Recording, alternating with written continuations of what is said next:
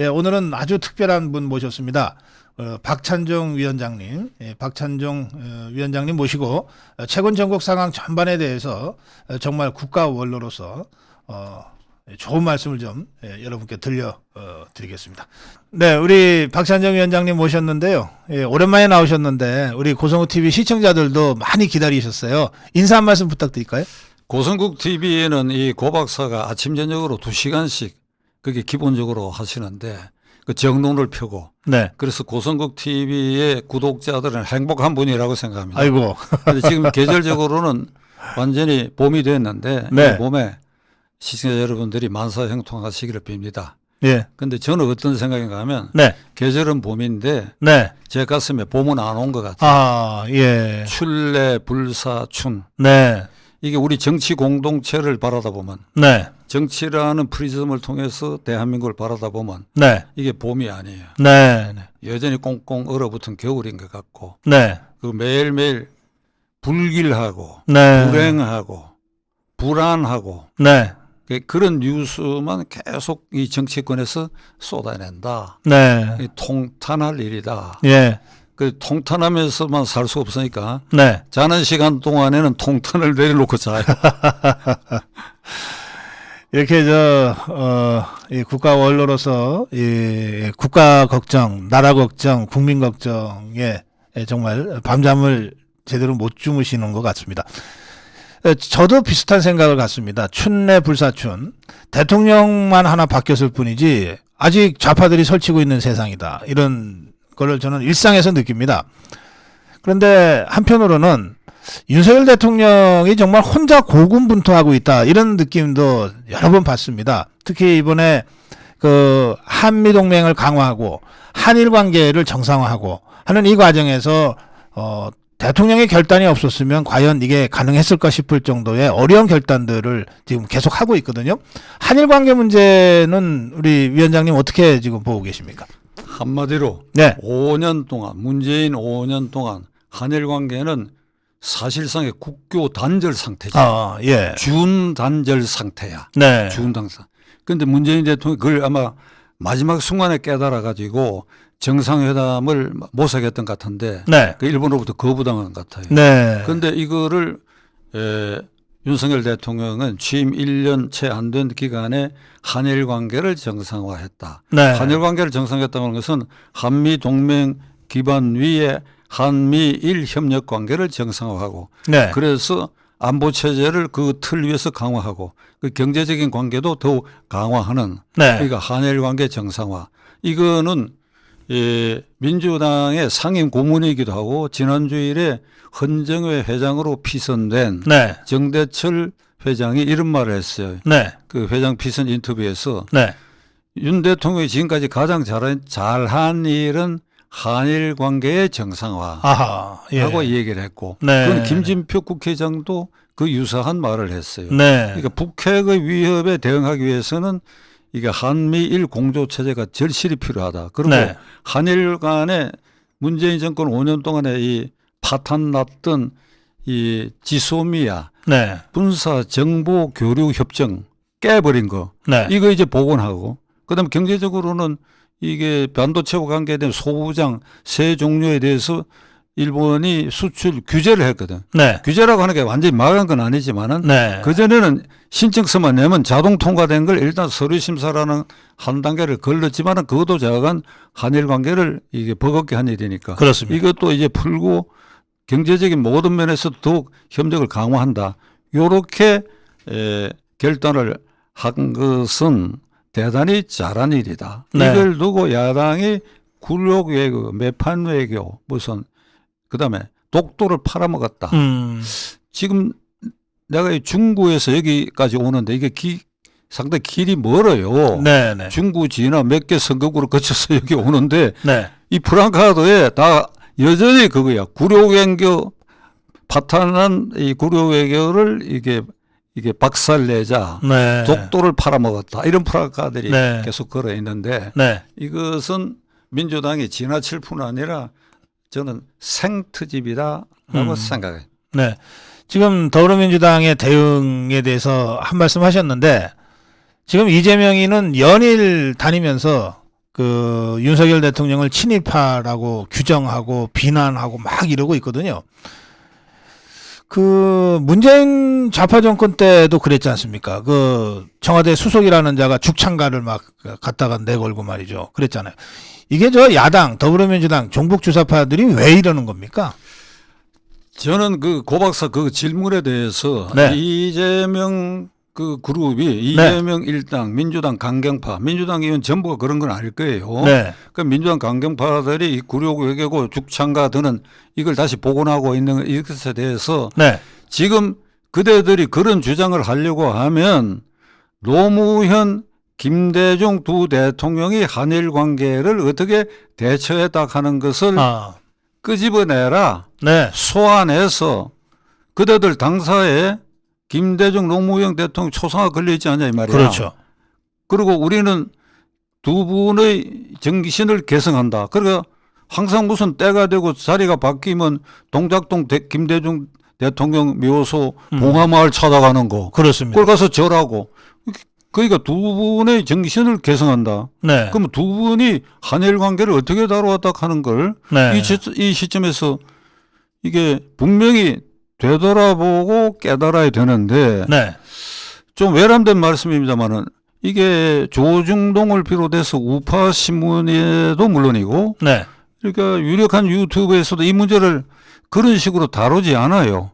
그래서 제가 사실 좀 이거 이래서 되느냐 이런 생각을 갖고 왔는데 고 네. 박사 질문하시니까 자 그럼 네. 김대중 대통령이 한일 관계 어떻게 했느냐 간단하게 얘기해. 네.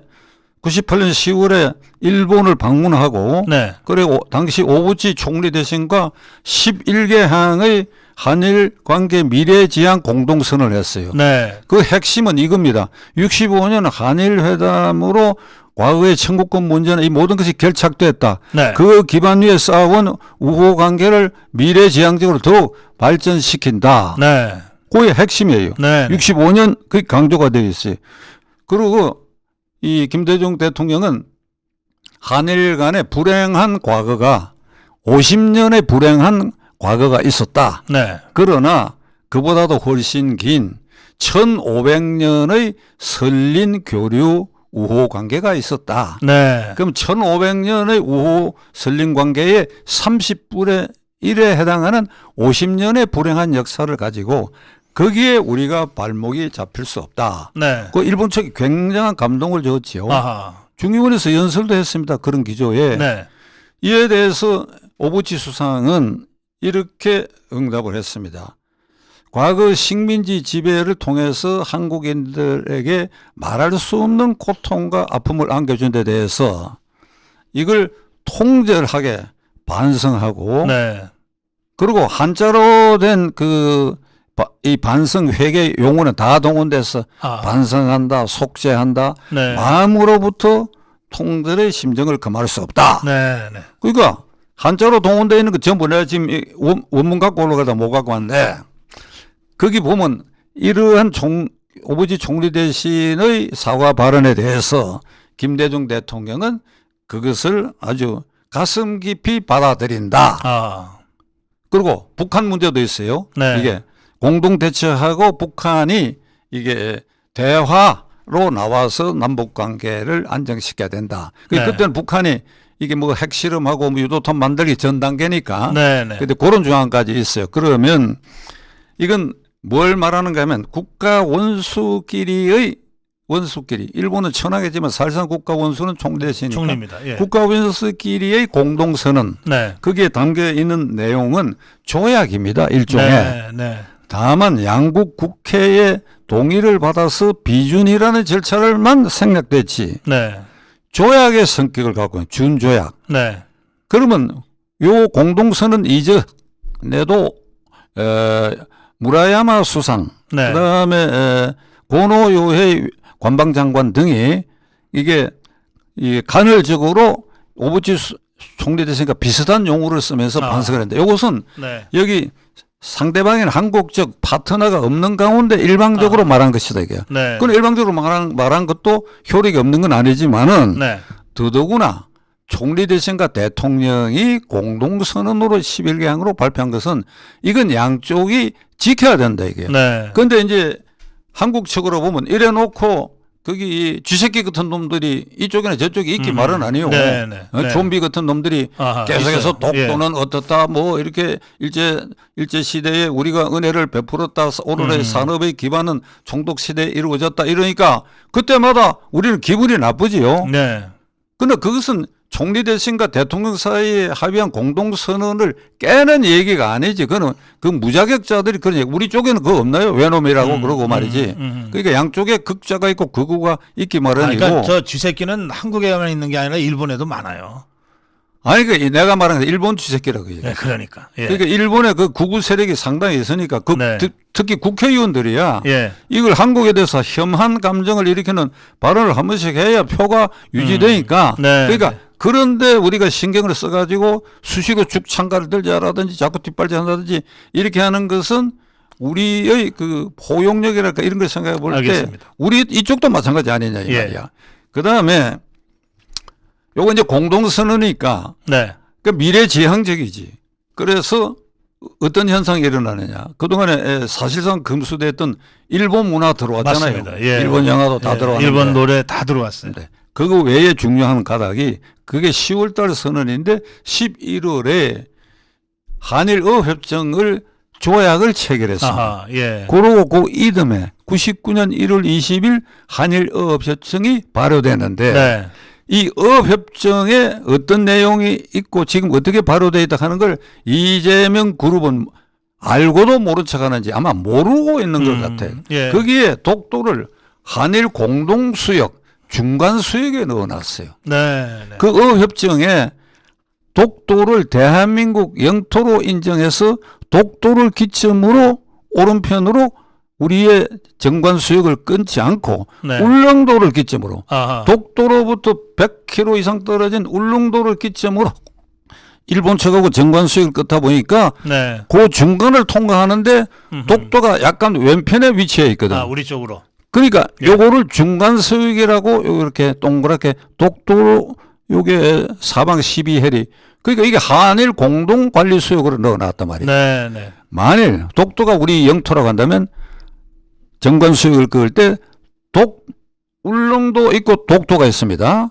근데 지금 정관수역은 울릉도에서 이쪽에서 요 연결선상이 가운데인데 네. 네. 독도가 우리 영토라고 한다면 울릉도 다음 독도니까 독도를 기점으로 그렇게 그어야. 그어야 예.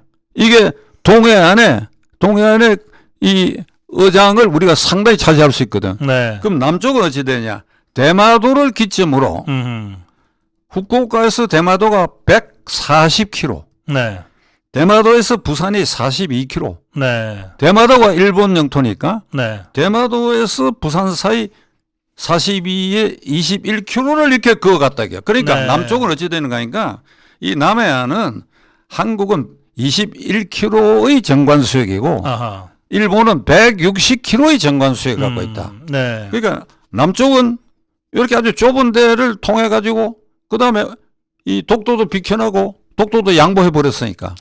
그러니까 우리 어장도 줄어들고 무엇보다도 독도를 중간수역에 넣어서 영유권을 포기했는데 그때 이렇게 얘기를 했습니다. 예. 이건 어업협정에 관한 것이고 네. 영토협정이 아니다. 네. 네. 말이 안 되지. 말이 안 되지. 나는 김대중 대통령이 그때 그렇게 할 수밖에 없었다 하는 그런 이 자연인으로서의 심정은 이해하지만은 네. 대통령으로서는 그건 잘못된 선택이었다. 네. 그게 그러면 민주당의 이재명 논리대로 하면 독도를 팔아먹었다 하면 그때 팔아먹은 김대중이 것이지. 팔아먹은 거지. 그때 팔아먹은 것이지. 네.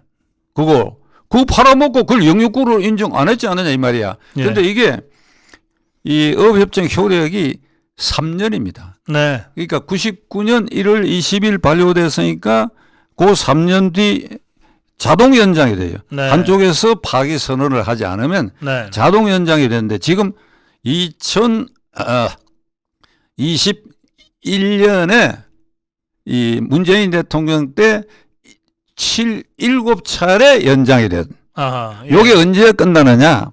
예. 2024년 내년 2024년에 네. 이게 선거 있는 해 1월에 이 효력이 만기된다. 자, 그렇다면 이재명 민주당 강경파 개딸들에게 내가 이 얘기합니다. 그대들이 그렇게 독도를 애틋하게 사랑한다면 이게 지난주일에 외교통일위원회에서 박진 장관 불러가지고 민주당 의원들이 총공세를 해서 독도에 대해서 네. 그중에 대표적으로 김상희 직전 부의장 사선 의원 여성 의원이 독도가 이번 정상회담에 어제 올랐느냐 오르지 않았습니다. 무슨 소리냐 산케이 신문에 났다. 의원님은 한국 정부 발표 외무장관 저의 말을 믿습니까? 일본 언론을 믿습니까? 하니까 잠시 뜸을 들였다가 그 생중계되는 거 보니까 예. 일본 언론을 믿는다 그랬어. 그러니까 이게 이런 논리입니다. 지금 예. 이재명 그룹의 논리는 한국 대통령의 일반 수상을 만난 이 절호의 기회에 당연히 독도 문제를 얘기해야 된다. 너희들이 독도를 계속 너희들 땅이라고 앞으로도 그럴 것이나 쥐어박는 소리를 하고 거기에 항복을 받아내야 된다. 그런데 어제 오르지 않았다고 해서 아무 소리도 안 했다. 그건 결국 대통령이 헌법 위반되는 직무유기니까 탄핵 사유다 이렇게 되는. 예. 이게 탄핵 사유라는 겁니다. 그런 황당한 이런 걸 하고 있죠. 예. 그러니까 이게 얼토당토 않는 알겠습니다. 일이고 앞뒤도 맞지 않고 스스로 누워서 침 뱉고 그다음에 노무현 대통령은 이게 65년 한일 청구권 자금으로 네. 일본의 강제력에 의한 징용 등에 대한 피해자인 한국과 한국 국민의 청구권은 네. 65년 청구권과 기본조약으로 이미 끝났다. 끝났다. 끝났다는 뜻은 일본 측에 청구할 수 있는 권한이 소멸됐고 일본은 면제받았다. 네. 그래가 노무현 대통령 임기 중에 박정희 대통령이 그래가지고 이제 일본으로부터 돈 받은 거 갖고 신고를 받아가지고 예. 1차 보상을 했어요. 네. 20여 년이 흐르다 보니까 이게 누락된 사람이 있거든. 네. 그걸 이제 노무현 대통령 때 그러니까 아마 뭐 200명 가까이 된다든가 이렇게 많아요. 그래 그거를 태스크포스를 만들어 가지고 네. 국무총리 이해찬 민정비서관 이 문재인까지 포함된 거기서 결론을 내리기를 네. 아 이거는 국제규범상 청구 불가능이다. 네. 그럼 어찌 해야 되느냐 우리 예산으로 해야 된다. 해가 특별법 만들었어요. 네. 2차례 배상했어요. 그러면 2018년 대법원에 미쓰비시 중공업 징용자들이 강제징용을 당했다 그래갖고 낸 청구 소송 미쓰비시 중공업을 상대로 낸 네. 소송 11명이 낸 거. 네. 네. 그 대법원이 원고 청구를 받아들였거든요. 네. 그때 주심 판사가 김능환인가 능환입니다. 그런데 예. 뭐라고 얘기하는가 하니까 나는 독립운동하는 심정으로 음. 이게 그 판결을 했다 그러거든. 예. 이 판결은 무효입니다. 국제규범, 네. 네. 한일 간의 청구권 협정 이게 국내법보다 우선하는 거예요. 국제조약이 이게 우선하죠. 무효야. 무효. 예. 이게 뭐 무효인데 이걸 이런 식으로 얘기하거든. 그러니까 이 한국인 저에게도 이게 이제 세상 물정을 어느 정도 알고 나이가 들어가다 보니까 네. 김대중 대통령이 어떻게 하고 노무현 대통령이 어떻게 하고 대법원 판결이 잘못되고 하는 건 눈에 보이지. 내가 젊었으면 네. 저도 마찬가지예요. 예. 왜 그러니까 그러니까 일본 하면 이게 이 압제를 당했고 36년의 치욕이다. 어리서 알겠습니다. 보호자다. 그러니까 일본 얘기만 꺼내면 이게 민족 종족주의가 발동하기 마련이고 네. 그러니까 정치권에서는 이게 표를 얻는 가장 좋은 소재가 돼 있다 이거야. 네. 네. 그런데 일본은 이렇습니다. 뭐 얘기 나온 김에 좀 길어졌을지 모르겠습니다만 일본 최고재판소 네. 그러니까 최고재판소 그 일본 대법관 13명 가운데는 반드시 이 국제법 학자나 외교관 경험이 20년 이상 있는 사람이 예. 반드시 한 사람이 들어가 있어요. 예. 법관 유자격자가 아닙니다. 아하. 그러니까 예. 그런 사람들이 이런 조약 문제가 걸렸을 때는 그 사람들이 그 사람이 탐구해갖고 전체 법관에서 의견을 개진하고 그렇군요. 그게 예. 따르도록 되어 있는데 네. 우리는 이런 시스템이 아니고 그게 대법관이 한다는 말이 독립운동하는 심정으로 한다고 하는데 65년 청구권 협정 정신으로 해야지 그게. 예. 근데 알겠습니다. 예. 우리가 이게 좀 사족 같습니다만은 일본 하면 네. 종족 민족주의 발동하게 돼 있어. 그나마 이거 감정의 문제니까 상당히 오래 갈 겁니다. 가는데 중국 사례를 우리가 좀 이성적으로 생각해 볼 필요가 있어. 그러니까 이 한일 관계를 윤 대통령이 어차피 이런 식으로 결단을 했거든. 그러니까 그러니까 2018년 판결에 의해서 이 받아들인 11명에 대해서도 한국 정부가 주주동이 돼갖고 대신 변상해 주도록 이런 조치를 했거든요. 네네. 근데 중국은 72년 이 미국하고 국교를 개설했고 네. 곧이어 일본하고도 국교를 개설했습니다. 네. 근데 중국은 1945년 8.15 이후에 장개석 정권이 중국을 전체를 대표할 때도 그렇고 49년 10월 1일 중국 공산당 정권 모택동 정권이 중국 대륙을 장악했을 때도 그렇고 그러니까 8.15 해방 이후에 일본이 항복한 이후 중국과 일본이 국교를 정상화시킬 때 네. 과거사에 대한 사죄 요구, 네. 배상 요구를 한 일이 없습니다. 예. 한 일이 없습니다. 예. 일본이 중국에 대해서 침탈 행위는 우리 뭐 을산 늑약 한일 합방 35년간의 이게 총독 정치 이게 비할 데가 못 되지요. 네. 1895년 청일 전쟁에 일본이 승리하고 나서 중국 침탈이 시작돼 가지고 뭐 간단히 얘기하면 난징 학살이라는 게 30만 명을 두 달에 걸쳐서 예. 인구의 약 20%를 학살했고 신고된 강간 피해자가 8만 명이고 네. 그뿐입니까? 대만을 이미 청일전쟁 후에 할양받았고 만주사변 일으켜갖고 만주를 완전히 통째로 먹고 괴뢰국을 건설했고 그리고 노구교 사건을 일으켜가지고 이 베이징 근처에 예. 화북 지방도 완전히 점령하고 중국 사람들의 생체 실험 대상으로 하고 일본이 이 피해가 예. 우리하고 비교하면 어마무시한데 그 말씀하신 그 만주사변 그때 일본군이 했던 작전 이름이 삼광작전이라는 건데요. 그게 태우고 불태우고 죽이고 파괴한다는 거예요. 그러니까 일본군이 관동군이죠. 이 만주를 점령하면서 보이는 대로 죽이고 불태우고 다 부숴버렸거든요. 그러니까 그 피해라고 하는 건 말할 수가 없죠.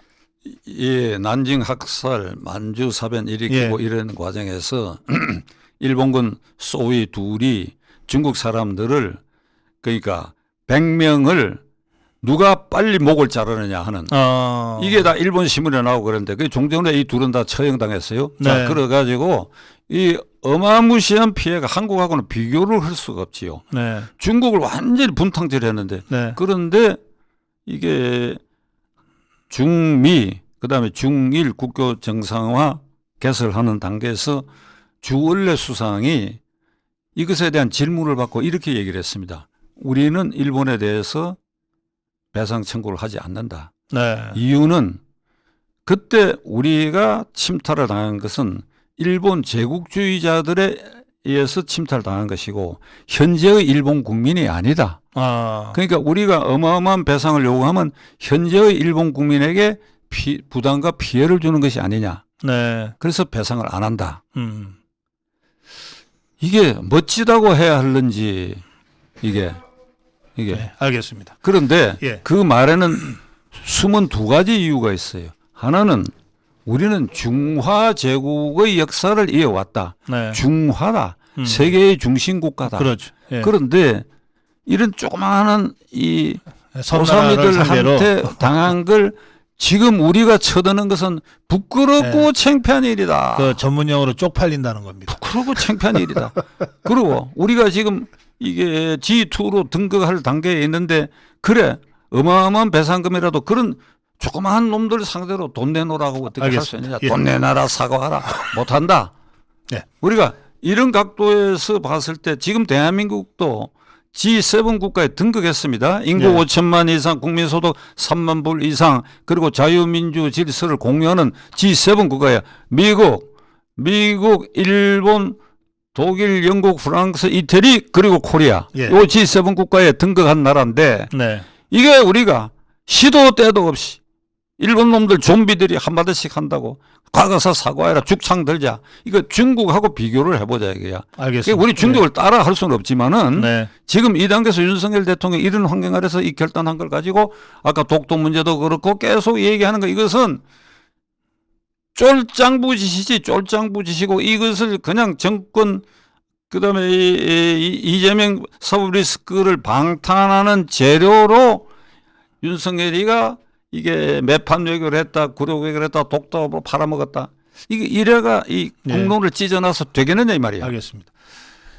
예, 독도 문제와 관련해서는 그래도 한 말씀은 제가 드리고 다음 주제로 넘어가야 되겠는데 더 중요한 것은 독도를 우리가 실효적으로 지배하고 있다는 겁니다. 그러니까 실효적으로 지금 독도는 우리 땅이고 그리고 우리가 지금 실효적으로 지배하고 있기 때문에 제일 좋은 방법은 이것이 논란거리가 되지 않도록 하는 겁니다. 그러니까 독도가 우리 땅이라고 주장을 하는 순간 이게 논란이 되잖아요. 그래서 이를테면은 설사 일본 측에서 독도는 뭐 다케시마의 날 정하고 막 이렇게 해도 그걸 가지고 뭐 싸움을 하고 소송으로 가는 순간 일본이 쳐놓은 함정에 빠지게 되는 거거든요. 그래서 우리가 그동안 실효적 지배를 하고 있는 우리나라 입장에서는 이것은 최대한 조용하게 가는 것이 좋다. 이런 기조였고 그 기조는 지금 윤석열 정부에서도 그게 일관되게 지금 관철되고 있습니다. 그러니까 그런 점에서 특히나 지금 독도 문제를 자꾸 들고 나오는 거는 이 더불어민주당 쪽이 결과적으로 일본이 쳐놓은 이 뭔가 하여튼 소리나게 소문나게 만들어서 국제사법재판소로 가져가자고 하는 일본의 수십 년간에 걸친 이 우익의 전략에 그 함정에 그대로 빠지는 결과가 된다. 이 점도 제가 지적을 해놓겠습니다. 그러니까 고고박사 말씀대로 실효적 지배를 하고 있으니까 네. 거기 좀비나 꼬사미들이 뭐라고 시비 거는 거 그러니까요. 그것도 볼 필요가 없고 지금 서울시나 전국에 독도를 팔아먹었다는 프랑카드가 네. 걸린 수만큼 일본에 명분을 준다고. 예, 그렇습니다. 이것을 문제화되는 명분을 주고 있다는 사실을 깨달아야 돼요. 그렇습니다. 예. 자, 우리 위원장님 모시고 좀 더 좀 많은 말씀을 좀 드려야 되겠는데 우리 윤석열 대통령의 이 외교적 결단에 대해서는 이제 이 정도로 좀 정말 역사적 맥락에서 좀 제대로 보자 이런 말씀으로 마무리를 하겠습니다. 그 지금 저 민주당 얘기가 이제 나왔는데 오랫동안 이제 의정 활동을 해오신 우리 정치 원로로서 보실 때 저 지금 더불어민주당이 어떤 상태인 것 같습니까? 더불어민주당은 예. 폭망할 상태에 와 있다고 봐요. 네. 어떤 상태인가는 폭망해야 돼. 네. 완전히 꺼져버려야 돼.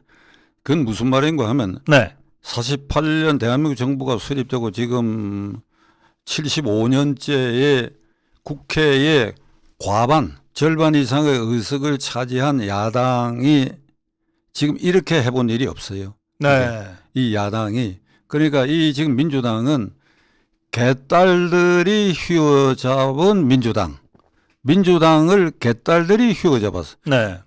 현상적으로는 민주당 국회의원을 꼼짝 못하게 문자 폭탄이나 그거 뭐 당사나 지역구 당사 사무실에 집 앞에서 그냥 데모를 하고 이게 특수공무집행방해입니다. 네. 그러니까 민주당 의원들 협박하고 있잖아요. 네. 너 왜 수박이냐? 너 왜 국민의힘당 편드느냐? 왜 너 윤석열이 좋게 하느냐? 왜 이재명에 대해서 반발하느냐? 그 협박이에요. 그렇습니다. 그러니까 집단적으로 하니까 특수공무집행방해죄를 범하고 있는데 네. 그 개딸들이 장악한 민주당 그리고 그런 민주당이 장악한 대한민국 국회가 지금 국민의힘당이 말하자면 의석수에 있어서 도대체 어떻게 할 수가 없잖아요. 네. 그런데 요 중심에 이재명. 그러니까 이렇게 보면 돼요. 대한민국 국회라고 하는 게 이재명에 의한 이재명을 위한 이재명의 국회가 되어버렸잖아요. 네. 이게 정상입니까?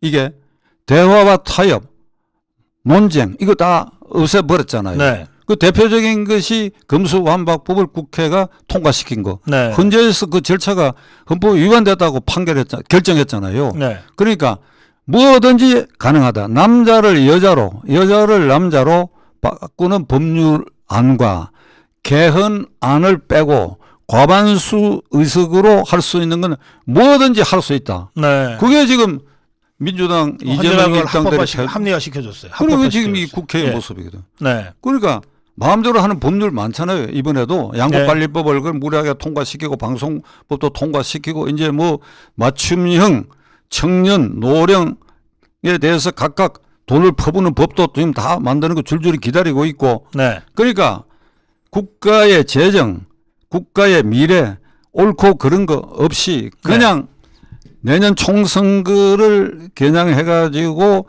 조금이라도 득이 된다고 싶은 것은 뭐든지 법률로 예, 그런데 대표적으로 노란 봉투 네, 위원장님. 그리고 본인의 예. 사법 리스크를 방탄하는데 윤석열 정권을 약화시키고 검찰을 약화시키고 여기에 몰두하고 있다게 민주당이. 예. 그런데 그 더불어민주당을 보면 뭐 김대중이도 있었고 뭐 노무현이도 있었고 이게 이제 당을 장악하는 강력한 리더들이 그동안도 있었지만 이재명이는 무슨 국회의원도 이번에 간신히 초선이고 또 당 생활을 오래 한 것도 아니거든요.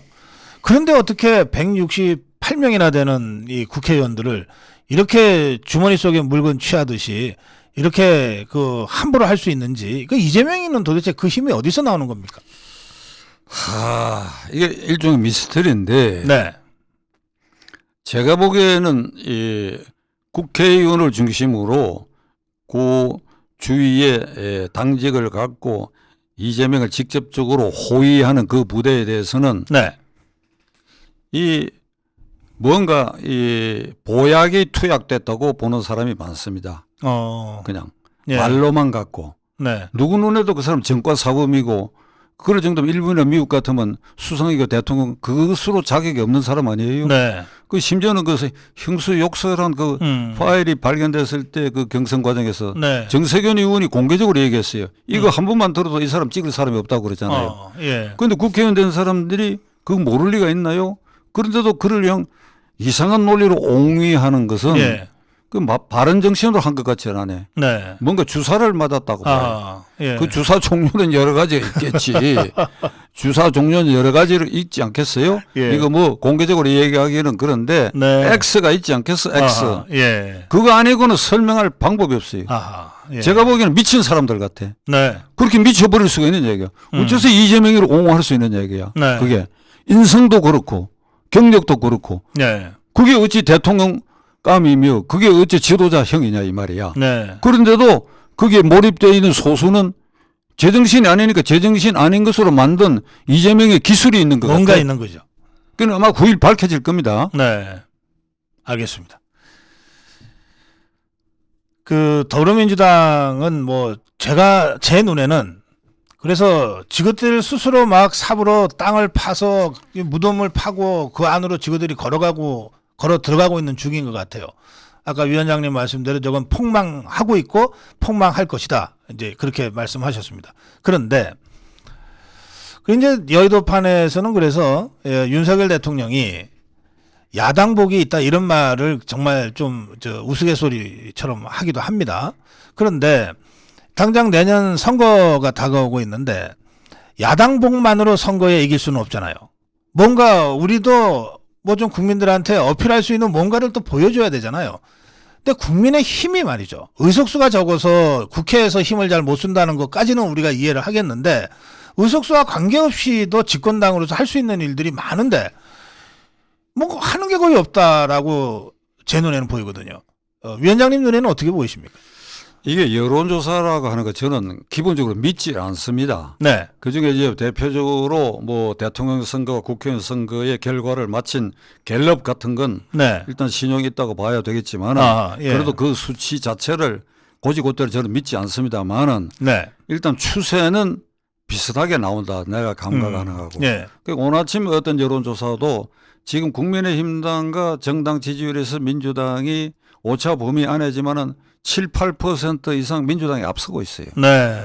어젠가 그저께는 뭐 10% 차이 나는 것도 있고. 네. 그러니까 전당대회 끝나고 지금 한 달도 채 안 된 이게 컨벤션 효과도 없고 네. 그리고 윤 대통령의 한일 정상화에 대해서 저렇게 야당이 집중적으로 터무니없는 걸 두들겨 팬다 한다 하더라도 네.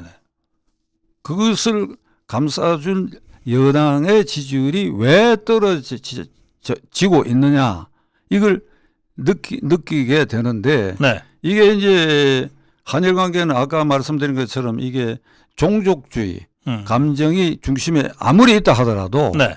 이게 이 지지율이 이렇게 역전된 상태가 되는 거 거꾸로 저는 이재명 대표 체제가 이재명이라는 사람이 대표가 돼가지고 공천권을 행사해서 내년 4월 국회의원 선거까지 가지 않으리라고 생각합니다. 아, 예.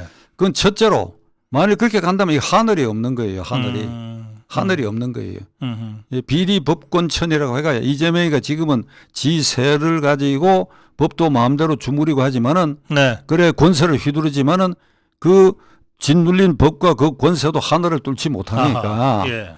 이게 하늘의 도에 비춰봐서 가지 않을 것이다. 그러나 여당이 또는 대통령실이 허우적대 갖고 이재명이가 갈 수도 있지요. 아, 예. 근데 이재명이가 중간에 중도 하차할 경우를 가령 상상합시다. 네. 그러니까 오늘이 3월 30일이니까 예. 내주에 이재명이가 그냥 사퇴했다고 합시다. 아하, 예. 그러면 비상대책위원회가 만들어지고 곧 전당대회가 있을 거 아닙니까? 네. 자, 그러면 누가 비상대책위원장이 되고 누가 당대표가 돼도 이재명이보다는 나을 거 아니에요. 그렇죠. 이재명이보다는 나을 거 아니야. 네. 이거 헌정사 최악의 이런 꼴불견 이 사법리스크 덩어리 범죄자를 상대로 하고 있는데도 이 지지율이 이러는데 네. 이게 바뀌면 지지율이 더 차이가 날 위험이 있지 않느냐 이 말이야. 그렇습니다. 예. 그게 대통령실이나 국민의힘당은 그 부분을 자각해야 돼요. 그러니까 고 박사 그건 우스갯말이지만은 네. 이게 이재명이가 끝까지 가는 것이 좋겠다. 그러니까 우스갯소리고 네. 끝까지 간다 하더라도 지금 이 차이가 있는 데다가 네. 이게 끝까지 안 갈 것이다. 네. 그럼 왜 지지율이 떨어졌느냐? 한마디로 지금의 이 김기현 체제 네. 그리고 108명 그 여당 국회의원 그 주력인 TK, PK 의원들 주력 네. 이걸 볼 때에 이게 무능하고 이게 무능한 집단이 돼. 무능하다. 무능하고 이 바보들 같아. 바보들 같아 하는 일들이. 예. 그러니까 지금 이 한일 정상화 문제, 독도 문제 같은 것은 이게 국민의힘당 조직 국회의원이 대표로 먼저 지역구가 있고 그다음 당협위원장들이 있는데 네. 이 사람들이 그 해당 지역에 네. 이게 착근을 못 하고 있는 것 같아요. 아하. 그리고 중앙당 차원에서도 이게 한일 정상회담이 왜 굴욕이 아니라 하는 거야. 독도 문제는 너희들이 현재 이재명 너희들이 독도 문제를 그렇게 애틋하게 거론할 일이 아니란 거. 제가 아까 말씀드린 예. 이런 예. 걸 중앙당 차원에서도 수시로 전문가들 불러가 세미나도 하고 네. 지역별로 이 홍보도 하고 하는데 네. 이런 홍보 선전을 거의 안 하고 있다. 아침마다 모여갖고 한마디씩 하는 그건 다 옳은 말을 하는데 그거 갖고 국민의 가슴에 착근되는 건 아니에요. 네. 한 사람씩 붙들고 설득하듯이 이 얘기를 해야 되는데 이걸 안 해요. 네. 내가 이렇게 봐도 이 TK, PK 지역 국회의원들은 주말 되면 전부 지역구에 가서 내년 공천에 대비해갖고 지역구 인심 쌓기에 주력하고 있고 이런 거에 대해서는 중앙당 단위에서 그리고 중앙당의 개별 국회의원, 개별 당협위원장으로서 그 역할을 전부 하지 않고 이걸 독려하는 체제로 김기현 대표가 못 만들고 있다. 아하. 그러니까 지지율이 그렇게 나온다. 이 네. 바보들아. 네. 바보들이라고 한 거 내가 철회 안 할 생각이에요. 바보들아, 이 바보들아. 이게. 그리고 이게 말이지. 머리를 싸매고 우리가 이걸 어떻게 하면 되겠냐 하는 거. 지금 저쪽은 개별스가 있는 것 같아. 네. 제2의 개별스가 민주당에 있는 것 같아. 네. 독일 선전상 개별스. 그게 선전의 기법이 처음 거짓말 한다. 10번 해다. 네. 안 듣는다.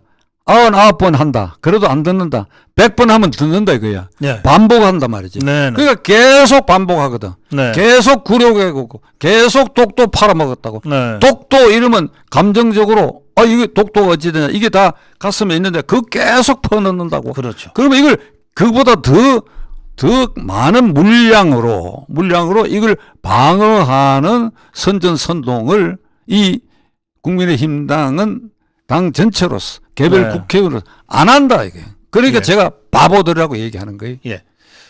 그 대통령이 이제 이런 상태에서 보면 외롭게 결단하고 뭔가 국정 운영을 해나가는데 당은 말씀하신 대로 바보들의 모임이라 그런지 제대로 뒷받쳐주지 않고 또 정부와 대통령 비서실과 당 간에는 최소한의 소통도 잘 안 되는 것 같고 이러니까 오죽 답답했으면 당장 소통 좀 강화하라 이런 얘기를 대놓고 했겠어요. 지금 윤석열 대통령은 어떨 것 같습니까, 위원장님? 윤 대통령은 이제 검찰총장에서 수직으로 대통령이 된 사람이거든. 네, 그러니까 윤 대통령이 그 과단성이나 결단력 같은 그런 장점이 그가 국회의원 경험을 한두 번 가졌거나 네, 그것도 한 번쯤 국회의원 낙선 경험을 가졌더라면 저 결단력과 저 포용력이 네. 굉장한 빛을 발할 텐데 아하. 이게 이제 평생 검사만 하다가 네, 지금 거의 1년 가까이 되는데 많이 희석은 됐다고 저는 봅니다. 그러니까 이제 검사 체질이라고 하는 것은 이게 질문만 하는 자리거든요. 그렇죠. 그렇지 않습니까? 네. 참고인이나 피의자 증인을 상대로 당신 이렇게 했지, 그날 거 가서 뭐 했어, 누구하고 술 먹었지, 그때 돈 안 받았어, 이런 증거인데 왜 거짓말해? 이렇게 묻기만 한단 말이에요. 네. 그러면 그 사람들이 검사님은 왜 터무니없는 질문을 하십니까? 반박을 못 해요. 그렇지 않습니까? 네, 그러니까 네. 맨날 질문만 했거든. 네. 근데 이게 이제 대통령 자리라고 하는 것은 반박도 받아야 되거든. 네. 그게. 그 훈련이 안 돼 있다가 보니까 이게 쓴소리나 이런 게 거부감 같은 게 본질적으로 있을 수 있다고 나는 보는데 네. 그게 지난 1년 동안에 많이 희석이 됐다고 봐요. 예. 그러나 그런 마음이 이 당도 그리고 앞으로 공천도 내 말을 잘 듣고 말썽 안 일으키는 사람들로 채워야 되겠다. 이런 생각을 하고 이번 전당대회도 그런 식으로 운용된 흔적이 많은데 네. 그 뭐 전당대회는 그렇게 해서 김기현 체제가 됐으니까 네. 이제 공천 문제에 있어서 대통령이 그런 의중을 드러내거나 그러한 이 모습이 이게 흔적으로 남으면 네. 이게 공천 파동이 생기고 네. 네. 이게 굉장히 위험한 선거가 될 것이다. 그러니까 윤 대통령은 자주 만나고 친밀하게 하고 포용하고 이게 어깃장 놓는 사람들일수록 전화도 걸고 불러서 티타임도 하고 식사도 하고 하되 네. 당에 대해서 내 의중에 맞는 사람을 쓰라라든지 이런 걸 앞으로 보여서는 안 된다. 네. 그러니까 그게 중요하다. 알겠습니다. 대통령으로서는 지금 편애하는 그런 감을 우리가 갖고 있거든. 대통령. 네. 모든 걸 포용한다. 왜 그러니까 당 총재가 대통령 시대는 이미 지나갔고 네. 그러니까 노무현 대통령 이래에 1호 당원이라고 그랬으니까 공천에도 개입 안 한다. 당무에도 일일치 간섭 안 한다. 이 원칙을 국민들이 믿고 있으니까 네. 여기에 역현상을 일으키는 일이 대통령에 의해서 만들어진다고 한다면 그거는 내년 선거가 결과가 좋지 않게 연결이 된다. 네. 알겠습니다. 이 검사 해본 우리 박찬정 변호사의 말씀이라서 내가 뭐 6년 3개월 병아리만 했기 때문에 그거 내 체질이 안 맞다고 해서 나온 사람이니까. 그래도 검사는 질문하는 사람이다. 그건 아주 전곡을 찌르신 말씀입니다. 근데 사실은 대통령 또 정치인은 질문을 받는 일이 더 훨씬 많거든요. 그리고 그중에는 정말 터무니없고 얼토당토하는 질문들이 섞여 있는데 그럴 경우에도 화내지 않고 잘 넘길 줄 아는 그리고 그런 질문을 한 사람들까지도 이 승복시킬 수 있는 그런 이 정치력을 가져야 정치인이 되는 건데 그 점에서는 윤석열 대통령이 상당히 그 적응력과 학습 속도는 빠르다고들 하니까 그래서 지금 말씀하신 대로 1년이 채 안 됐는데 많이 희석된 것 같다. 검사스러운 모습이 많이 없어진 것 같다. 이렇게 이제 평가를 해 주셨네요. 이게 조금 이제 연결되는 얘기인데 김영삼 대통령이 이래야 7번째 대통령이 탄생했습니다. 네. 그중에 김영삼, 김대중, 노무현, 이명박 이분들은 다 국회의원 경험이 있고 낙선 경험이 있어요. 네. 이명박 대통령 중간에 이게 선거법 위반으로 네. 도중 하차도 하고 그렇죠. 그런 경험이 있어요. 2년간이나 미국에 갔다 그렇죠. 왔죠. 김영삼 대통령은 네. 30살에 26살에 최연소 의원을 했다가 네. 30살에 자유당의 조작으로 낙선이 됐을 때 네. 그 개표장 땅바닥에 앉아가 김영삼 의원이 통곡했다 하는 게 신문기사가 있어. 땅을 치고 예.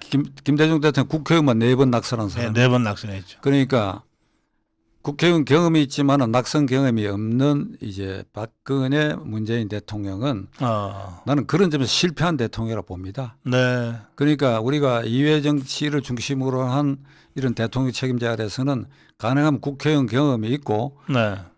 그러고도 낙선 경험이 있어야 돼. 나를 합리화하는 거 아니고 나는 시작을 낙선으로 시작했는데 31살 때 낙선하니까 네. 이 세상 만사 다 싫어져. 아하. 국민들 보기에 이 사람들이 나를 안 찍어 이런 마음이 든다고. 아하. 근데 이게 이제 다 세월이 지나가니까 그게 다 네. 민심을 알아보는 이제 측정기가 되는데 예. 그 부분을 누가 대신해 줄 수가 없거든. 네. 그런데 윤석열 대통령은 빠른 시일 안에 그런 것이 복귀가 거의 돼 가고 있다고 보는 게 네. 사법시험을 9번 본 사람이니까. 나는 그게 보통 뚝심이 아닌 것 같아. 보통. 아하. 예. 저 같으면 상상할 수 없는 일이에요. 네. 제 주변에 법과대학 나가 사법고시 도전한 녀석들도 서너 번 하고는 다 말아버렸지. 9번 한 건 없는 일이에요. 네. 그러니까 그게 그 사이에 많은 게 나는 쌓여 있으라고 봐. 그게 국회의원 낙선 경험 비슷한 게 알겠습니다. 재미있는 해석이십니다. 예, 시간이 많이 돼서 이제 마무리해야 되겠는데요. 위원장님, 우리 자유파 국민들이 사실 문재인 종북 주사파 세력과 목숨 걸고 싸우지 않았습니까? 지난 5년, 6년 동안. 그런데 지금도 싸우고 있어요. 예, 지금도 싸우고 있는데 그러면서 한편으로는 엄청 이제 걱정들을 많이 하십니다. 이대로 가서 총선 과연 우리가 다수당 확보할 수 있겠느냐. 최소한 총선에서 다수당이 돼야, 과반이 돼야 우선 윤석열 대통령과 정부를 안정시키고, 그리고 종북 주사파들이 마구 만들어 놓고 도망간 이 수많은 악법들을 어쨌든 시간이 걸리더라도 고쳐서 폐기하거나 없앨 수 있는데, 이제 이런 생각들을 하시는데, 근데 보니까 이게 과연 총선은 이길 수는 있는 건지 이제 이런 걱정들 하시거든요. 그래서 다시 광화문으로 나가야 된다. 우리라도 이제 이렇게 해서 행동하시는 분들도 계시는데, 우리 자유파 국민들한테 우리 위원장님 지금 어떤 말씀 해주시겠습니까? 내년 선거에 국민의힘 당이 과반 획득을 못한다. 절반을 못 넘기고 거꾸로 민주당이 과반을 지금처럼 획득한다. 이러면 굉장히 불행한 사태가 생기고 윤석열 대통령의 남은 임기도 암담하게 될 것이다. 네. 생각만 해도 끔찍합니다. 네. 그러면 자유우파, 이른바 자유우파 시민들은 지난 대통령 선거에 윤석열 후보를 종북 주사파 정권 종식과 그 연장을 반대하는 도구로 우리가 선정한 겁니다. 도구. 네. 도구. 이 점을 윤 대통령과 국민의힘 당은 명심해야 돼요.